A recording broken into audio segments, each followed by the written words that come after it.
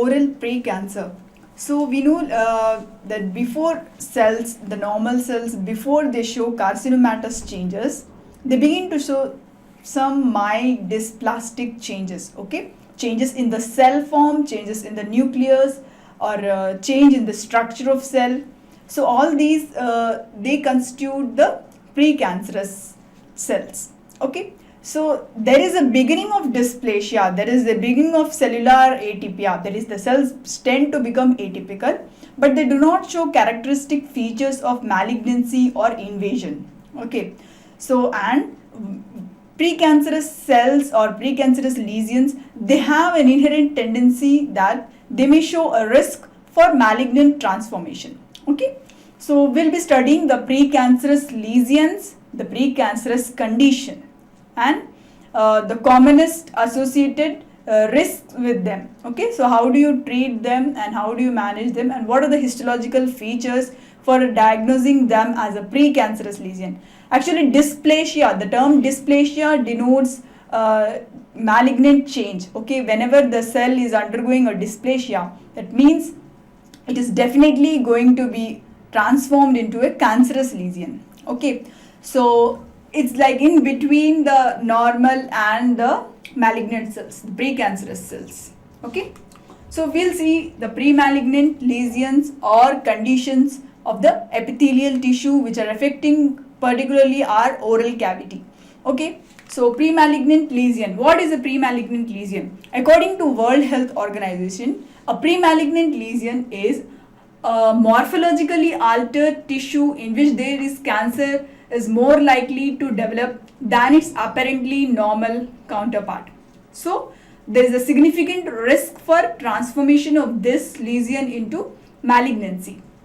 The lesion may be any lesion which is seen. The commonest examples are leukoplakia, erythroplakia, palatal keratosis associated with reverse smoking, squamous epithelial dysplasia, the carcinoma in situ of a squamous cell carcinoma. Squamous cell carcinoma is actually a malignant epithelial neoplasm, but the carcinoma in situ form is a form where the cells are indeterminate, okay? The cells are in between and they do not show extensive invasion, that is, there is no epithelial invasion or connective tissue invasion by the malignant cells. So that is called as carcinoma in situ. We'll study about carcinoma in situ also, okay? Then what is a condition? Precancerous condition.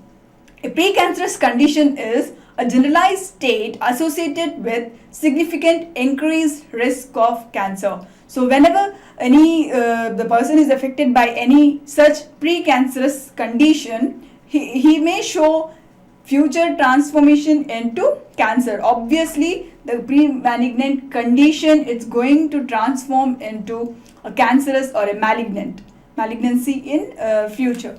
Okay, the precancerous condition are the cytopenic dysphagia, the lichen planus, the oral submucous fibrosis, the syphilis, the discoid lupus erythematosus, xeroderma pigmentosum, and the epidermolysis bullosa. So we have seen the epidermolysis bullosa in the hereditary skin disorder.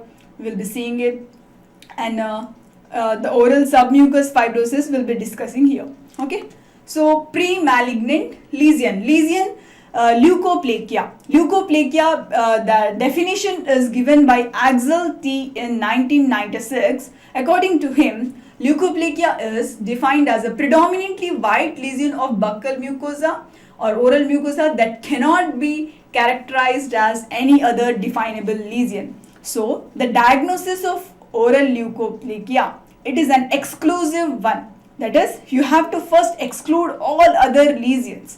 So whenever you see a whitish lesion on the oral mucosa, you have to think of other diagnosable white lesions or the definable white lesions, that is the leukoedema, hairy leukoplakia, candidal leukoplakia, or the candidal hyperplasia. You have to just exclude all other lesions. When you are not able to give a diagnosis of any lesion, definable white lesion, only then you have to consider it for a histological diagnosis and give a provisional diagnosis of leukoplakia. So leukoplakia is a diagnosis given by exclusion of all other disorders. Even the definition given by Axel T suggests that cannot be characterized as any other definable lesion. So only when you have just excluded or diagnosed that it is no white lesion, okay, it is not a definable lesion, only then leukoplakia term is used. Basically, leukoplakia, it's also known as leukokeratosis, indicating that there is hyperplasia of the epithelium occurring in a white lesion. Okay, it may just begin as a white lesion, then it shows hyperplastic epithelium and characteristic changes which lead it for the transformation of it into a malignancy.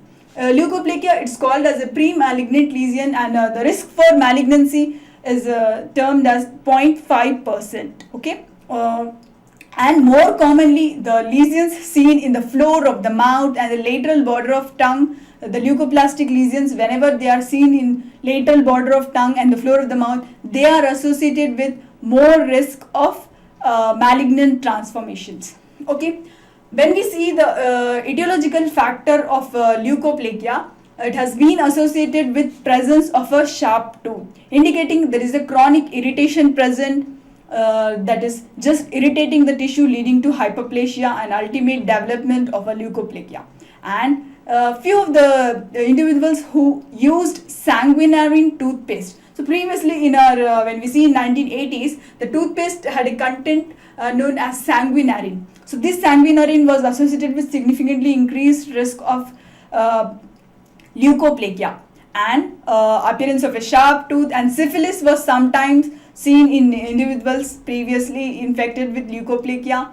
Then sharp tooth, syphilis, and intake of hot and spicy foods was also thought as a causative factor. Alcohol was a causative factor. Actually, tobacco smoking is the one which is the responsible majorly for causing leukoplakia. Tobacco induced a lot of changes in the oral cavity. It makes the epithelium very vulnerable to hyperplasia. Okay, along with this tobacco usage, alcohol usage, they both used to have a synergistic effect, leading to transformation of the any white lesion into leukoplakia. Okay, and Candida albicans was seen in few of the specimens of leukoplakia, and we have also seen there is a form of candidal leukoplakia that is actually a candida lesion or a fungal infection, but it is showing a superficial resemblance to leukoplakia. Okay, so candidal leukoplakia, any physical irritant may be the causative. So these are all the etiological factors responsible for causing leukoplakia. Most commonly alcohol usage and the tobacco usage, either the smokeless or the smoke form of tobacco, both were shown precancerous changes, that is the leukoplakia. Okay, here you can see the clinically picture of leukoplakic lesion on the buccal mucosa. Okay, it's just appearing as faint white lesion. Okay, which cannot be scraped off the buccal mucosa. Leukoplakic lesions cannot be scraped off. So initially, before the leukoplakia develops, you get to see some grey or greyish white lesions which are just different from the surrounding normal mucosa. So those are nothing but the pre-leukoplakic lesions. They represent a mild reaction. So there is an etiological factor for development of leukoplakia. Suppose a sharp tooth is causing, so that there is a reaction, there is some form of trauma occurring to the buccal mucosa that leads to development of this greyish white like lesion, which is indistinct from the surrounding normal mucosa. It just blends into it. Okay, the pre-leukoplakia occurs, then in that particular area the just leukoplasia begins to arise. And coming to the different forms of leukoplakia, you have homogeneous variety of leukoplakia, clinical forms. Homogeneous form is a leukoplakic lesion where the lesions tend to be uniformly white in color, but they cannot be diagnosed as any other definable lesion. The lesions are asymptomatic, they are just white in color, seen on anywhere, either the lips, lower labial sulcus, lip, tongue, buccal mucosa, soft palate, on the tongue, lateral border, dorsum, gingiva, anywhere you can just see this homogeneous leukoplakia. Non-homogeneous leukoplakia are lesions in which the part of lesion may be white in color, part of lesion may be erythematous in color. So they give a mixed white and red lesion like appearance. Again, this mixed and white red lesion like appearance, whenever you are seeing, you have to just exclude all other inflammatory conditions, okay, which give a red appearance to the lesion. Okay, only when you have excluded all other erythematous lesions, you can give a diagnosis of non-homogeneous leukoplakia. Again, based on their how the lesion appears, how the homogeneous lesion appears, the surface of the lesion, it is given as the homogeneous forms of leukoplakia. They are divided into smooth, ulcerated or furrowed forms. Again, the non-homogeneous variety of leukoplakia, they are just divided based on their surface appearance as erythroleukoplakia or papillary exophytic leukoplakia or a verrucous form of leukoplakia. Okay, based just on their clinical appearance, how the surface of the lesion appears, based on that it is divided.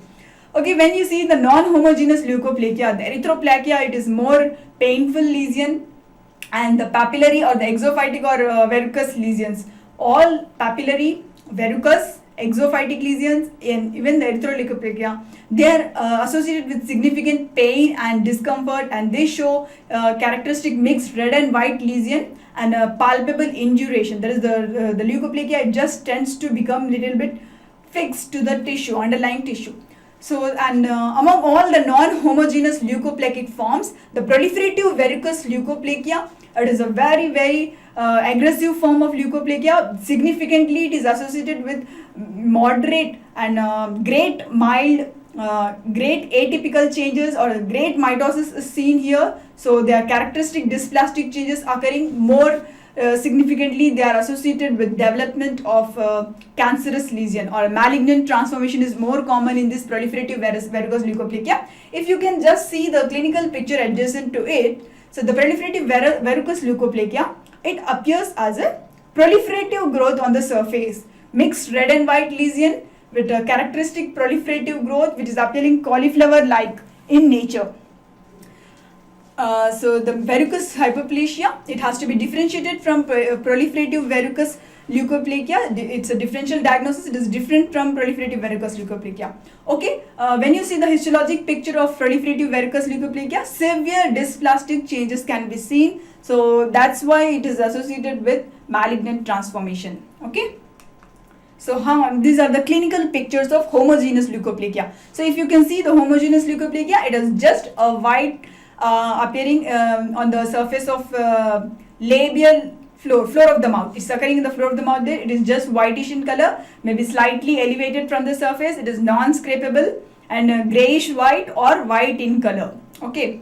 Whereas you see the nodular form, that is a non-homogeneous form of leukoplakia. It is little bit mixed with the erythema. So red and white lesion is seen, and plaque-like lesions are just appearing in the form of nodules. Okay, they may be grayish white mixed with red lesions, red in appearance, and nodular growth is seen. It is a non-homogeneous form. Nodular variety is a non-homogeneous variety. Again, you can see here the leukoplakia, homogeneous leukoplakia in the lower labial sulcus in the first picture. The second picture, it's showing again a non-homogeneous leukoplakia in the soft palate region, and again a homogeneous leukoplakia on the lateral border of tongue. Yeah, if you can see the lateral border of tongue, it's just a grayish white or a whitish plaque like a thing seen on the lower lateral border of tongue. It is not mixed with any red lesion.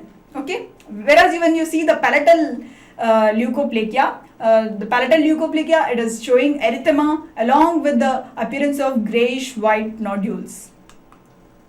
So those are the clinical appearances of leukoplakia. When you see the microscopic picture of a leukoplakia, essentially I told you, as we already discussed, that hyperplastic epithelium occurs. So the epithelium, it shows the hyperplasia.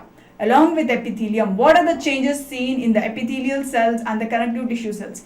Initially, the dysplastic changes are seen. The characteristic features of dysplasia, when you say that the cell is dysplastic, you have to see all these changes. Okay, there should be loss of polarity of the basal cells. Okay, the nuclei should not, the nuclei which shows a characteristic arrangement just loses its polarity.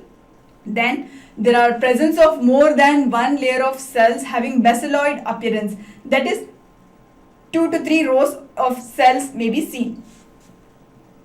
Then there is increase in nuclear cytoplasmic ratio. The rete edges, the rete pegs or rete ridges, which are normally shaped, they just change their shapes to a drop shaped rete ridges. Sometimes the bulb it becomes bulbous, the rete ridges. And there is a irregular epithelial stratification. The number of mitotic cells are increased. See, the cell, there is increase in nuclear cytoplasmic ratio. Then the number of cells increase because of mitosis. Then the cells change their shape, so pleomorphism is seen. Then these cells, when stained, they appear little bit darker in color. There is a nuclear hypochromatism is seen, and the nucleoli within the cells become very, very enlarged.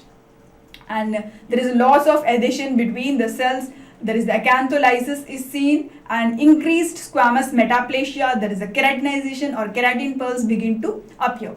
So when you study the leukoplakic lesion under histopathological diagnosis, the individual cell shows the characteristic changes.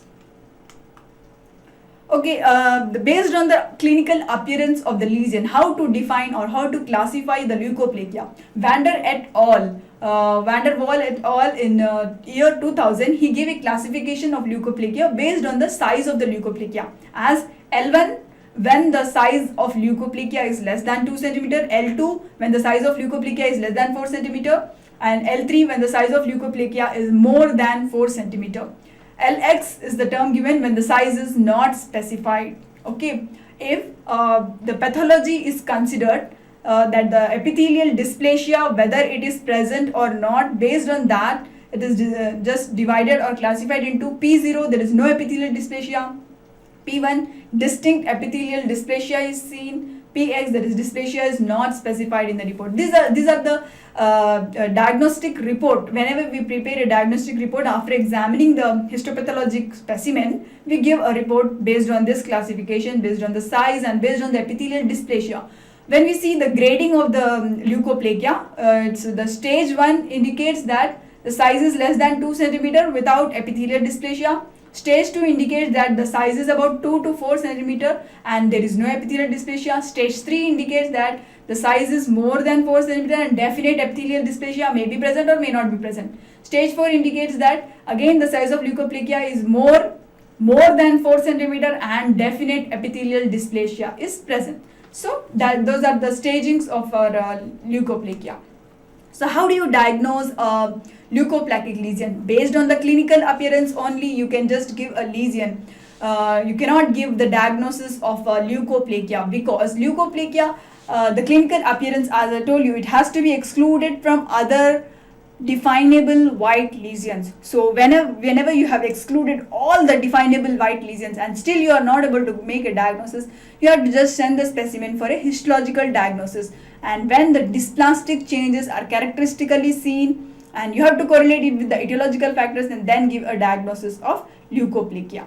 Okay, and you have to identify the cause. I have told you, etiological factor may be a sharp tooth or some irritation, some infection, Candida albicans infection, and you have to identify the cause and treat it accordingly. Okay, elimination of sanguinarine from your intake and some chronic deficiency, vitamin B12 deficiency, vitamin A, E, D deficiency have also lead to immunosuppression and development of leukoplakia. So if that has to be corrected, you have to just give the individual antioxidant like vitamin A and E both have been associated with the characteristic antioxidant properties. So you have to just give nutritional support by increasing the intake of vitamin A and D.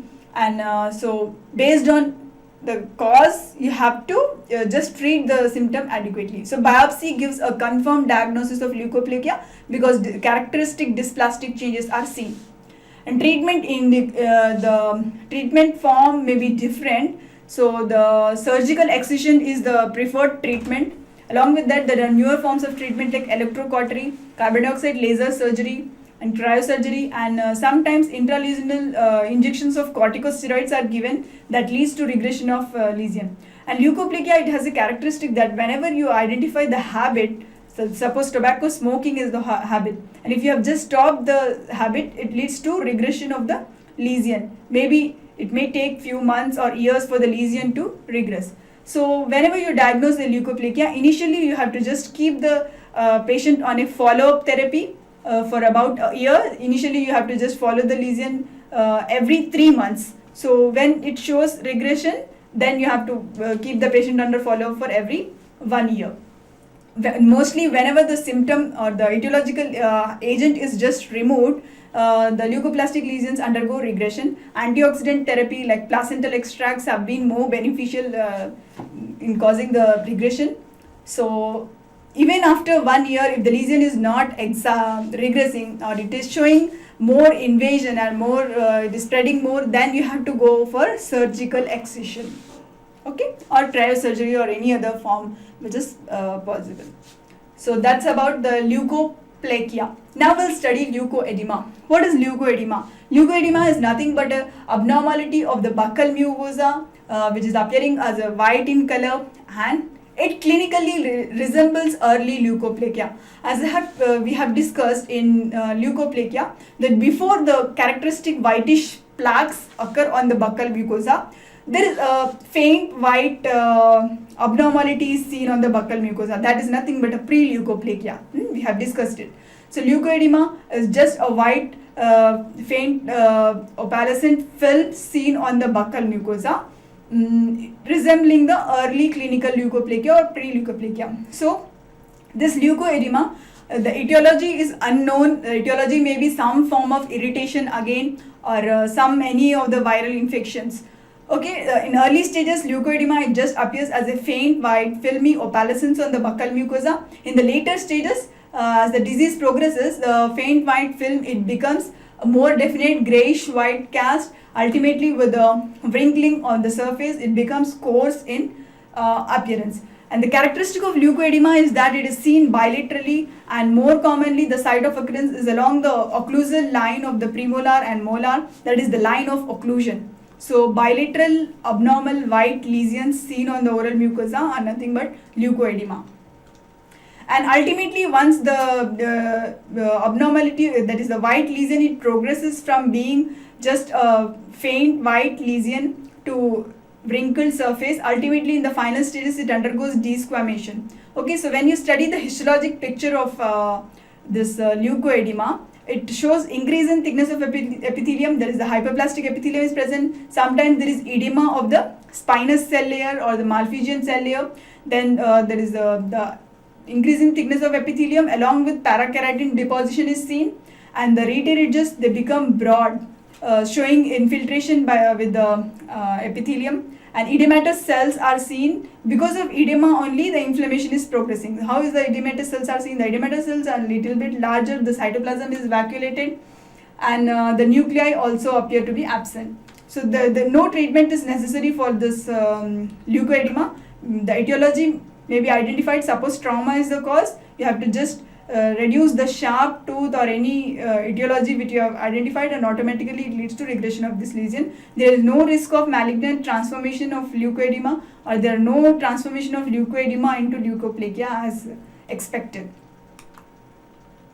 Intraepithelial carcinoma. Intraepithelial carcinoma is also grouped under pre-malignant lesions because here when you study the cells exfoliative cytologically or microscopically, you get to see that the cells show beginning of dysplastic features, that is minimal atypia of the cells is present, but there is no invasion of the dysplastic cells into the epithelium or the connective tissue. So no features of invasion, no features of malignancy, but minimal atypical changes. So that's the characteristic, that's why it's grouped under a precancerous lesion.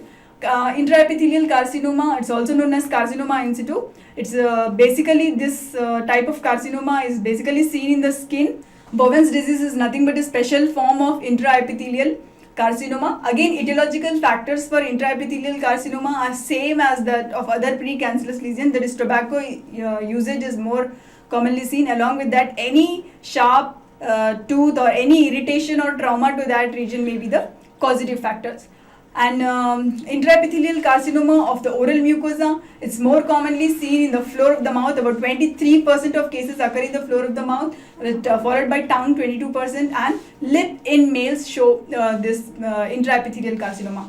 Clinical appearance was same as that of a leukoplakia. There is appearance of grayish white plaques on the buccal mucosa which cannot be scraped off and which have definite forms, like they may be nodular, they may show proliferative growth, they may show verrucous growth, exophytic growth, or cauliflower-like growth.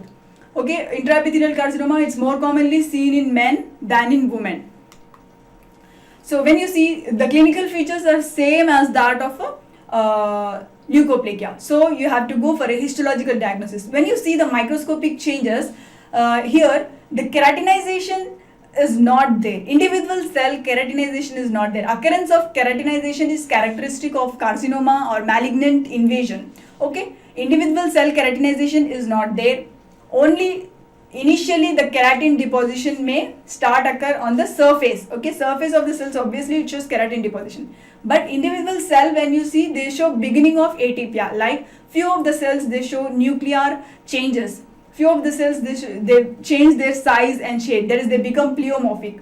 And few of the cells, they become darkly stained. They beginning to show the hyperchromatic features. Okay, not all cells show hyperchromatism. Again, the mitotic activity, that is the division of cells. In few of the cells, it is a little bit more. Few of the cells show some nucleoli becoming enlarged.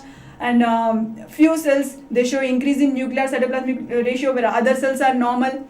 So, and there is a sharp line of division between the normal epithelium and the altered epithelium when you see the lesion. So that's and the malignancy is not seen deeper into the tissue. So that's the characteristic feature of carcinoma in situ. Okay, only few cells show the changes, or there is no invasion. That has to be remembered. Treatment for, again, intraepithelial carcinoma of skin or any other oral cavity, it just includes the excision, surgical excision of the tumor, or in case, depending on the lesion, you may have to go for radiotherapy or cautery, electrocautery. Okay, so depending on the lesion, you just can undertake treatment. Recurrence of the lesion is rare. Only if the dysplastic features are more, it will go for transformation into malignancy. Okay, but there has been about 0.5 to 1% risk of transformation of this such intraepithelial carcinomas to malignant carcinomas. Erythroleukoplakia or erythroleukoplakia, it is another pre-malignant lesion. Okay, the term erythroleukoplakia, it was given by Querret, the author Querret, also known as erythroplasia of Querret. This lesion is also known as. Okay, here the definition of erythroplakia is the lesions of oral mucosa that cannot be characterized clinically or pathologically as any other definable condition. So whenever you are seeing a lesion of oral mucosa, okay, which is little bit white or reddish in color, so you have to just include all the other lesions of oral mucosa which appear red in color. Either the dermatologic diseases which show oral manifestations, or any inflammatory conditions which appear red in color, or any deficiencies which appear red in color. You have to first exclude all the inflammatory conditions or diseases which appear to be red in color. Once you have included all the diseases and the clinical appearance is not of any definable red lesion, only then you have to consider the diagnosis of leukoplakia by sending the specimen to histology. Okay, the histological features are diagnostic again. The author Shear, in 1972, he described 3 forms of erythroplakia. That is the homogeneous erythroplakia, interspersed with patches of leukoplakia, then the granular or speckled erythroplakia. And the erythroplakia, it has been more commonly associated etiologically with the tobacco usage, again smokeless or smoking tobacco usage, and along with this the alcohol usage, it just adds up to the effect, that is the synergistic effect, leading to more risk of development of leukoplakia. And unlike leukoplakia, which was painless, erythroplakia, because of the characteristic inflammatory changes, it is very painful in nature. The patient complains of painful and severe burning sensations.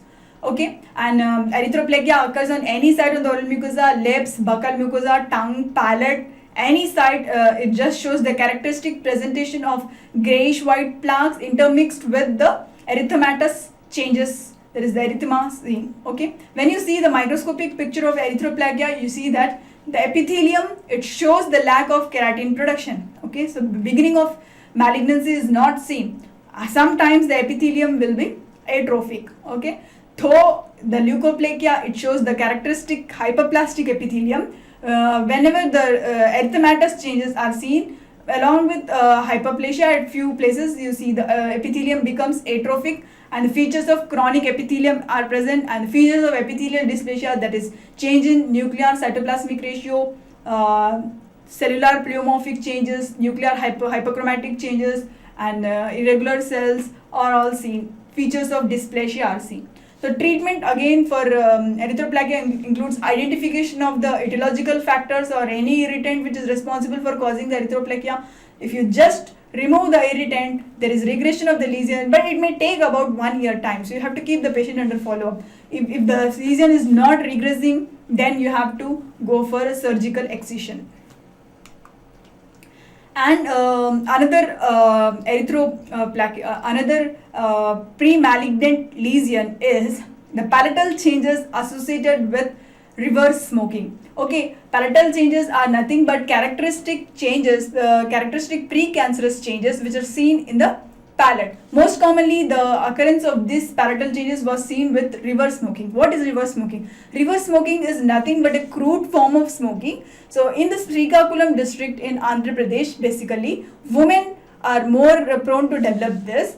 So, what they used to do, they used to take a crude cigar and they just used to light the cigar, and the lighted part was kept inside the mouth. So, the lighted part was direct contact with the palatal mucosa. So that leads to a severe irritation to the palatal mucosa, leading to the characteristic changes which are termed as pre-malignant changes. Okay, so whenever the clinical appearance of the lesions characteristically on the palate, hard palate or the soft palate were different. Okay, they may show keratosis, that is, they may show diffuse whitening of the entire palatal mucosa, or they may appear as nodules on the mucosa that are nothing but excrescences, or they may appear as white elevated plaques on the oral mucosa with some redness, erythema, and or they may appear as extreme reddening of the oral mucosa, that is, the palatal mucosa becomes extremely red, or they may show ulcerated areas. Okay, or sometimes the palatal mucosa may show extreme pigmentation, that is, become deep darkish in color. So all these are changes because of reverse smoking caused. The characteristic clinical features are seen only in the palate, hard palate and the soft palate. And when you see a microscopic picture of such clinical characteristics, you see that obviously there is hyperplasia of the epithelium. Along with that, there is hyperkeratosis or hyperorthokeratosis. Typical dysplastic features begin to appear. Chronic inflammatory cells, lymphocytes, plasma cells are present. There is increased deposition of melanocytes, and the epithelium begins to become atrophic and thin, showing the dysplastic features. And there are other precancerous lesions. There is lesions associated with betel quid chewing. There is the Pan Chewer's lesion. In India, in Indian subcontinent, as we know, a lot of people have the habit of placing the betel quid in the buccal mucosa and chewing it. Okay, so that the placement wherever the betel quid is placed, that particular area, it shows development of a thick brownish black encrustation. That is, it becomes inflamed. It just shows the appearance of a white lesion, and that is nothing but the Pan Chewer's lesion. You have to differentiate it from the leukoplasia. And sometimes what happens is a pouch like a thing appears, a pouch like lesion of the buccal mucosa. It's different from, it's an extension of the Pan Chewer's lesion known as the tobacco pouch keratosis.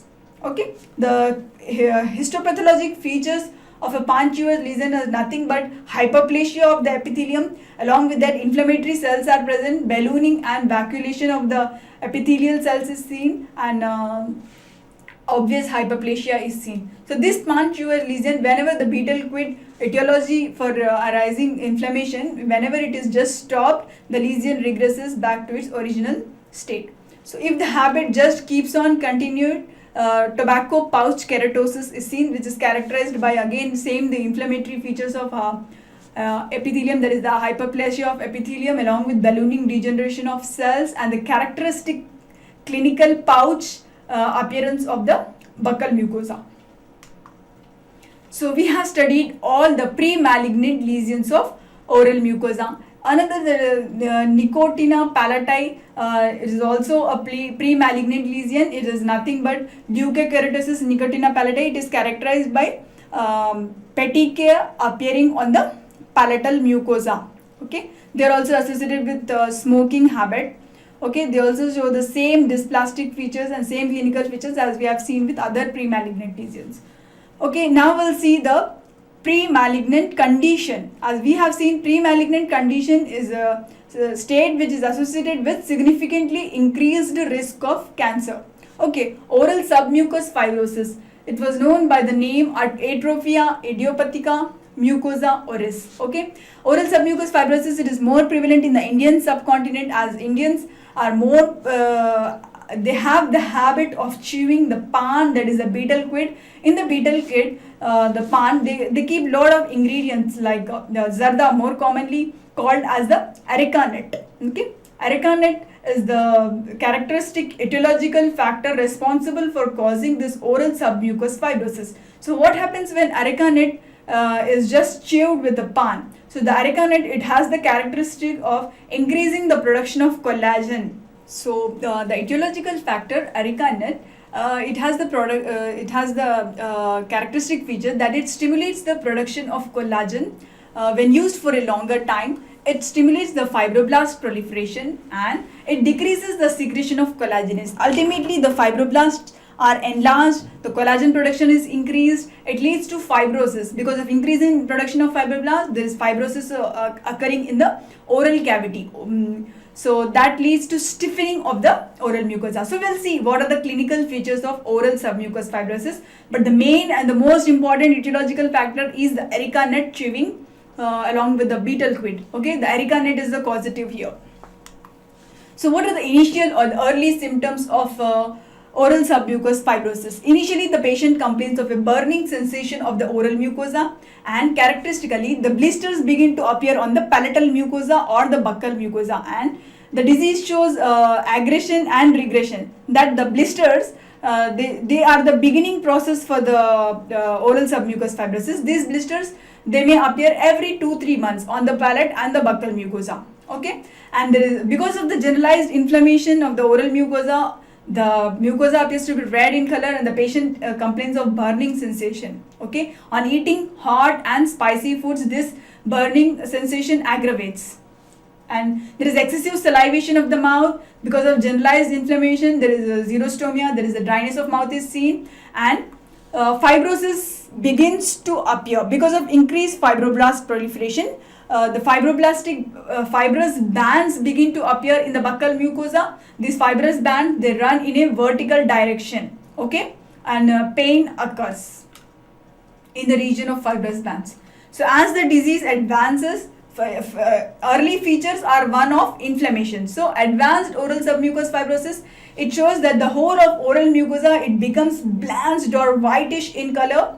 Okay, and the fibrous bands, whatever are running in a vertical direction, you can just palpate the fibrous bands. Okay, sometimes the fibrous bands may involve the buccal mucosa only, or the fibrous bands extend up to the involving the soft palate, involving the fascial pillars, involving the fascial pillars also. Okay, this fibrosis, it just progresses to the extent that it leads to ultimate fixation of the tissue, ultimate fixation of the buccal mucosa, and there is shortening of the soft palate when it involves soft palate, and the uvula, if it involves the fascial pillars, the uvula, it just becomes shortened or it becomes deviated, it becomes very short, and ultimately because of development of fibrous bands around the mouth, around the lips, the oral cavity, it is just reduced in size. The mouth opening is limited and the fibrous bands can be palpated around the mouth. That is nothing but rima oris. So the mouth, you have to when diagnosing oral submucous fibrosis, you can just measure the mouth opening. Okay, the mouth opening is reduced to 1/3 or 2/3 of the normal mouth opening. Okay, and because of the ultimate fixation or fibrosis of the oral mucosa, the bands, the patient is not able to take his food properly because of limited mouth openings. Dysphagia will be present because of the characteristic inflammatory changes, and he'll be unable to take food properly, unable to speak properly. He'll not be able to blow his mouth, or he will not be able to blow a whistle, okay, because of limited mouth opening, and because of the characteristic fibrous bands, he'll not be able to blow a whistle. And the tongue also shows generalized features of inflammation, and there is atrophy of the papillae of tongue. So these are the clinical appearances of oral submucous fibrosis. When you study the microscopic picture, you see that early changes, that is the early oral submucous fibrosis changes, are one of hyperplastic changes, because early changes were inflammation. Later on in clinical appearance or advanced stages shows blanching and fibrosis.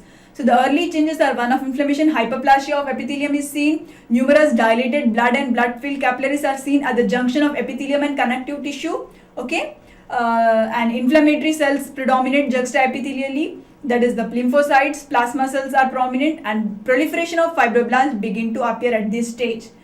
And when you see the advanced oral submucous fibrosis cases, the epithelium has become completely atrophied. Initially, it was one of an inflammatory or hyperplastic one. Later on, it has just become atrophic, and the fibroblast proliferation has become so extensive that fibrous bands appear.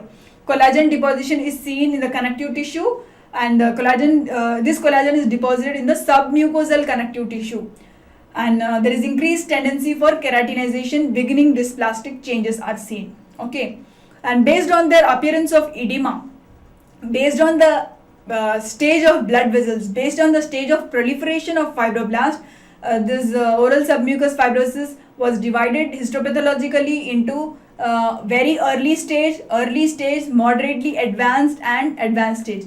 Based on the dysplastic change, based on the edema, based on the presence of fibroblasts, this classification is made. How do you manage the case of oral submucous fibrosis? So as I told, the areca nut is the characteristic etiological factor. You have to just stop or restrict the habit at foremost thing possible.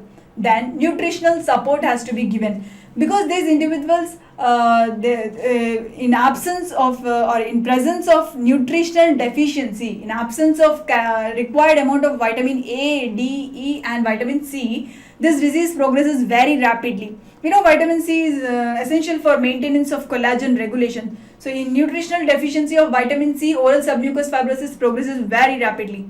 So vitamin B12 deficiency should be identified and should be treated. Any deficiency should be treated. So these individuals are like immunosuppressive only. They definitely, obviously, they have some immune deficiency or nutritional deficiency. So nutritional support in the form of vitamin, mineral, protein, diet, along with vitamin A, D, E, antioxidant vitamins have to be given, prescribed to the patient. Along with that, placental extracts, they are known to have characteristic antioxidant effect, so they are used more commonly for treating this oral submucous fibrosis. Physiotherapy, like asking the patient to try to expand or open his mouth daily, so that's a physical form of exercise to increase the mouth opening, to relieve the fibrotic bands. And heat therapy, that is heat massage therapy for the oral mucosa is given. So this also, to significant extent, to some extent, it just leads to opening of oral cavity, so that at least the patient is able to take his food. Okay. And sometimes corticosteroids are injected locally into the fibrotic bands. They may help in regressing or relieving fibrosis a little bit, but not too. And surgical excision of fibrotic bands is not advisable, because ultimately it leads to development recurrence of the fibrosis at a later stage. So it is not such advised.